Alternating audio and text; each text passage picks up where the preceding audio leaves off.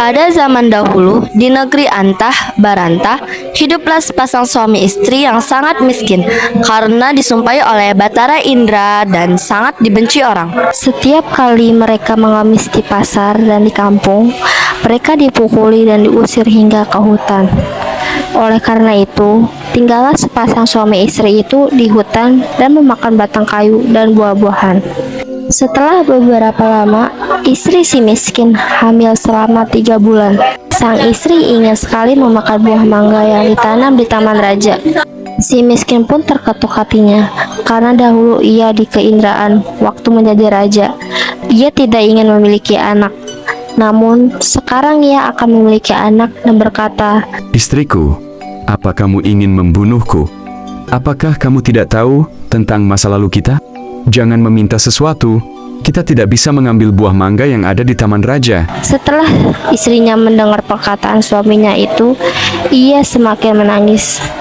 Lalu suaminya berkata, "Diamlah istriku, jangan menangis. Aku akan mencarikan buah mangga itu dan memberikannya kepadamu."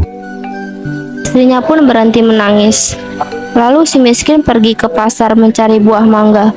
Setelah sampai di pedagangan buah mangga, ia ragu untuk meminta buah mangga karena ia takut orang akan memukulinya. Pedagang buah mangga pun bertanya, Hai miskin, apa yang kamu inginkan? "Jika Tuan mempunyai belas dan kasihan, berikanlah saya sebiji buah mangga yang sudah busuk, Tuan." Orang yang berada di pasar pun menjadi iba karena mendengar kata-kata si miskin itu. Lalu orang yang berada di pasar tersebut memberikan si miskin buah mangga, makanan, dan pakaian, serta buah-buahan lainnya. Si miskin pun heran karena biasanya ia diusir, dipukul, hingga dilempari kayu dan batu. Setelah ia berpikir di dalam hatinya, ia pun pergi ke hutan untuk menemui istrinya. "Ini buah mangga, makanan, pakaian, dan beberapa buah-buahan." Kemudian istrinya menginjak-injak apa yang diperoleh si miskin tersebut sambil menceritakan apa yang terjadi.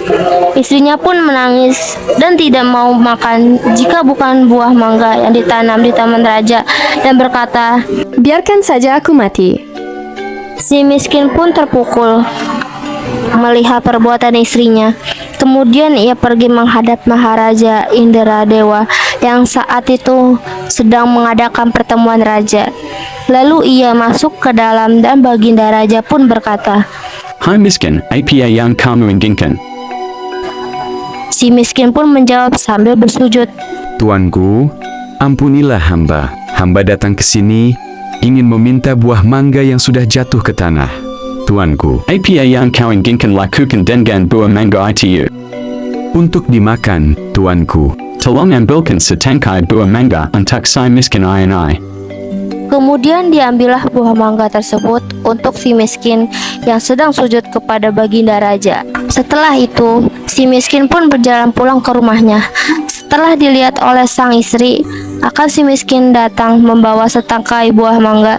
Ia pun tertawa senang sambil memakan buah mangga tersebut. 3 bulan kemudian, Sang istri menangis, ingin buah nangka yang ditanam di taman raja. Dengan cara yang sama, si miskin pun mendapatkan buah nangka yang ditanam di taman raja untuk istrinya yang sedang mengandung itu. Selama istri si miskin hamil, banyak makanan, pakaian, dan beras, dan peralatan yang diberikan kepadanya. Pada waktu yang baik dan tepat, pada malam hari 14 bulan itu, bulan bersinar terang. Kemudian pada waktu itu juga, istri si miskin melahirkan seorang anak laki-laki yang sangat baik dalam penampilan dan tampan. Anak itu diberi nama Marakarma, yang artinya anak di dalam kesulitan. Dengan takdir Allah Subhanahu wa Ta'ala melimpahkan kepada hambanya, si miskin pun menggali tanah untuk membuat tempat tinggal untuk keluarganya. Ketika ia menggali tanah untuk menancapkan tiang, ia menemukan telaju besar yang berisi banyak emas. Istrinya pun datang untuk melihat dan berkata, Emas ni terakhir akan habis sampai anak cucu kita, suamiku. Ia pun menjadi kaya dan membeli barang-barang kebutuhannya seperti kendi, utar-utar, pelana kuda, keris, dan sebagainya. Setelah kembali dari membeli barang-barang tersebut, ia mandi dengan jeruk nipis, menimang anaknya dan berseru, Jika engkau sungguh-sungguh anak dewa yang ingin menerangkan wajah ayahanda ini, biarkan negeri di hutan ini menjadi negeri yang lengkap dengan kota, parit, dan istrinya, serta menteri, rakyat, dan semua raja-raja besar. Terkabullah permintaan itu, dan si miskin menjadi raja dan berganti nama menjadi Maharaja Indra Akasa, dan istrinya berganti nama menjadi Ratna Dewi, dan negeri itu dinamakan Puspa Sari.